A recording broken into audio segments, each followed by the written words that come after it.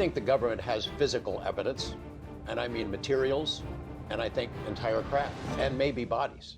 It's a shocking statement, and the issue's been raised by credible former Pentagon officials. There are a lot of allegations that our government has recovered something that fell from the sky that was sophisticated and complex, but not made by humans. There are people that seem credible who make those kinds of claims, and yet that is vociferously denied by everyone involved. So, it leaves one wondering. We have wreckage, we have craft, we have intact craft, and we have been exploiting them in a variety of non-terrestrial exploitation programs. You think there are warehouses with this wreckage? I know there are, yes, correct. Yes. Have you talked to people in the government about that? Of course. Well, I'm not going to speak about the warehouse.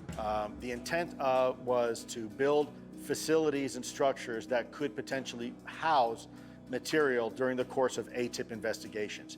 But that is true, that was part of the intent. If you're asking me if the US government is in possession of exotic material, it is my belief that is true. But we need more analysis on this material. This material does have some very interesting, let's say, fingerprints or signatures associated with it. Lou Elizondo ran the Pentagon's Advanced Aerospace Threat Identification Program, ATIP, established to get to the bottom of these UFOs. But he resigned out of frustration in 2017 after 22 years of service because he says higher-ups refused to present his findings to then Defense Secretary James Mattis.